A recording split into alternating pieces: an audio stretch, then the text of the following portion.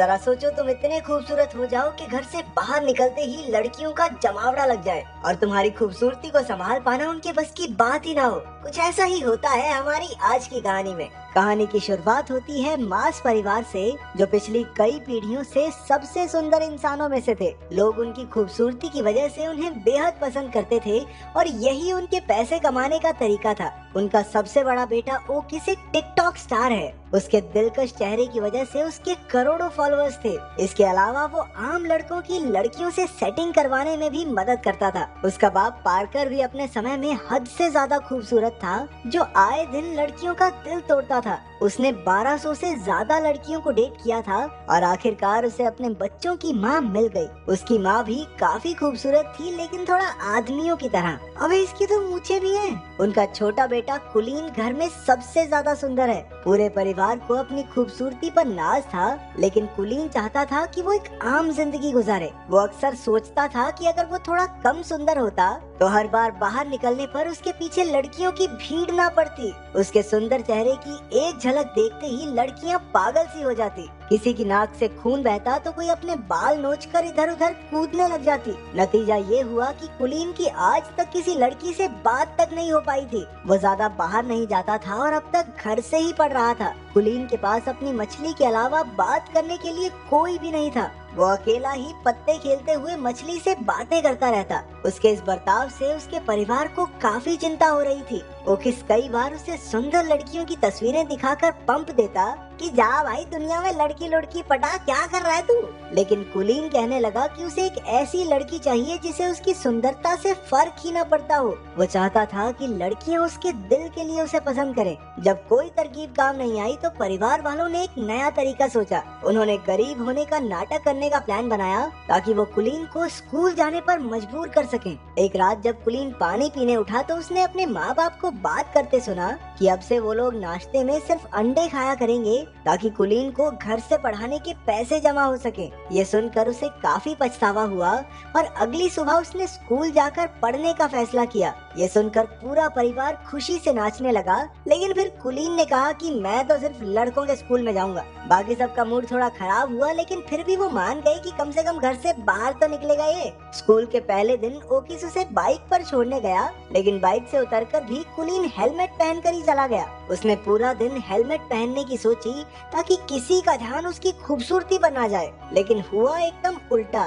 क्योंकि हेलमेट की वजह से सारे बच्चे उसे ही देखने लगे। उसे परेशान करने सिडी नाम का एक लड़का और उसके चेले आ गए। जब टीचर आई तो उसने कुलीन को हेलमेट उतारने को कहा। ना चाहते हुए भी कुलीन को अपना हेलमेट उतारना पड़ा और सबने उसका दिलकश चेहरा देख लिया। इसके बाद तो टीचर सीधा हॉस्पिटल में पहुंच गई, क्योंकि कुलीन को देखते ही उसकी सांसें थम गई थी। कुलीन सीधा घर की ओर भागा, लेकिन बदमाश लड़कों ने उसे रास्ते में ही पकड़ लिया। उसे स्टोर रूम में लाकर वो लोग सुपर हीरोज की तरह अपनी पहचान बताने लगे। ये तीनों पिछले 3 साल से स्कूल में पढ़े थे, क्योंकि सिडी को बस बीबीएम स्कूल की सबसे सुंदर लड़की अमेंडा के साथ ही पार्टी में जाना है। अमेंडा सिर्फ सुंदर लड़कों की बात ही सुनती है, इसलिए उन्होंने कुलीन को अपना डाकिया बनाने की सोची। फिर उन्होंने कीबो नाम के एक शरीफ लड़के को धमकाकर उसका साथी बना दिया। कुछ देर बाद कुलीन प्रिंसिपल के पास इन बदमाश लड़कों की शिकायत करने पहुंचा। प्रिंसिपल बेचारा खुद ही अपने बेटे की वजह से परेशान था। वो उल्टा कुलीन से ही कहने लगा कि लड़की पटवा दे भाई इस बावड़ी बूथ से,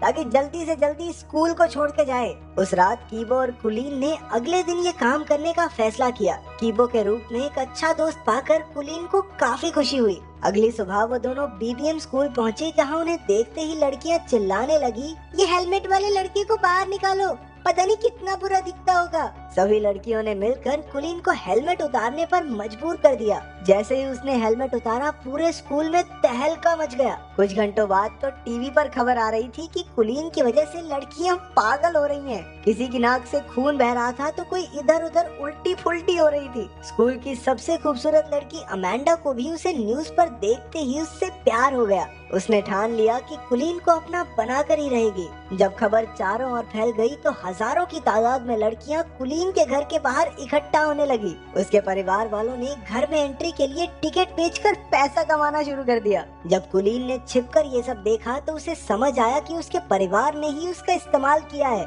जब उन्होंने उसे कॉल करके घर पर वापस बुलाया तो कुलीन ने लौटने से साफ इनकार कर दिया। और तो और इतनी सारी लड़कियों की वजह से अपनी मछली की बुरी हालत देखकर उसका दिल और टूट गया। अब वो एक बिल्डिंग की छत पर उसे ढूंढ रही लड़कियों से छुपता फिर रहा था। अचानक एक लड़की ने पीछे से आकर कहा, छलांग बलांग मारने का तो प्लान नहीं है ना तुम्हारा?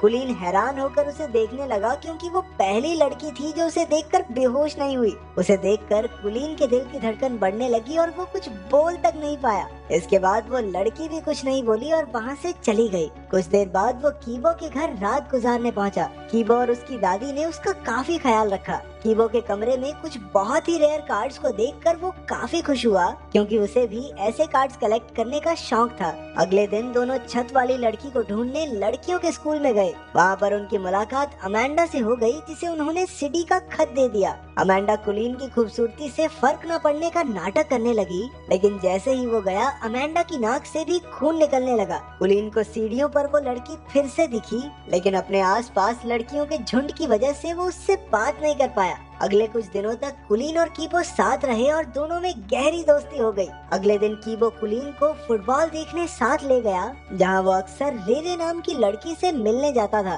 कीबो इस लड़की को बेहद पसंद करता था। मैच के बाद कुलीन की नजर अचानक उस छत वाली लड़की पर पड़ गई। वो तो बस उसे देखता ही रह गया। तभी कीबो ने आकर उन्हें मिलवाया और कहा कि उसका नाम रेरे है। तब जाकर कुलीन को पता चला कि कीबो भी इसी लड़की को पसंद करता है। रेरे और कीबो काफी अच्छे दोस्त थे और उन्हें साथ देखकर कुलीन को जलन होने लगी। वो रात को ठीक से सो भी नहीं पाया, क्योंकि उसे समझ नहीं आ रहा था कि वो करे क्या।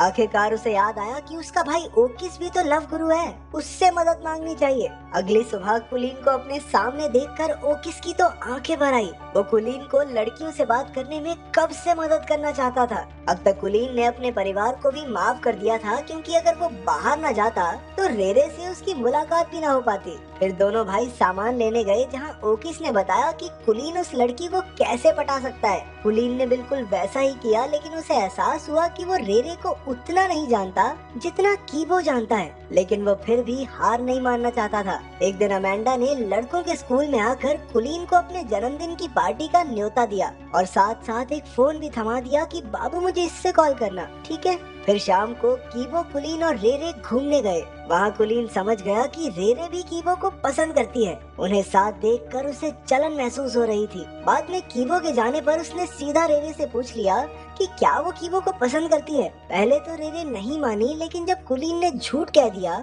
कि कीबो तो अमेंडा से प्यार करता है, तो अचानक से रेरे का मुंह उतर गया। अब ये साफ था कि रेरे को भी कीबो पसंद है। इसके बाद घर लौटकर कुलीन ने अमेंडा को फोन करके उससे कुछ मदद मांगी, और वो तो कुलीन के प्यार में कुछ भी करने को तैयार थी। फिर अगले दिन अमेंडा के बर्थडे पर कुलीन और कीबो दोनों पहुँचे, तो अचानक से अमेंडा ने कुलीन को छोड़कर कीबो पर ध्यान देना शुरू कर दिया। वो उसे खींचकर साइड में ले गई और तभी रेरे भी पार्टी में आ गई। रेरे की नजर अमेंडा पर पड़ी, जो कीबो को किस कर रही थी। ये देखकर उस बेचारी का दिल टूट गया और वो वहाँ से भाग निकली। उसके पीछे पीछे कुलीन ने भी जाकर अपने प्यार का इजहार कर दिया। रेरे ने जवाब दिया कि वो तो उसे सिर्फ दोस्त ही समझती है, तो कुलीन ने अपने इकलौते दोस्त को धोखा भी दिया और लड़की भी नहीं मिली। अरे इससे बुरा और क्या होगा। उधर सिडी और उसके चेलों ने भी कीबो और अमेंडा को किस करते देख लिया और उन्होंने गुस्से में कीबो की जमकर धुलाई कर दी। कुलीन दूर खड़ा देखता रहा, लेकिन कीबो को बचाने की उसकी हिम्मत नहीं हुई।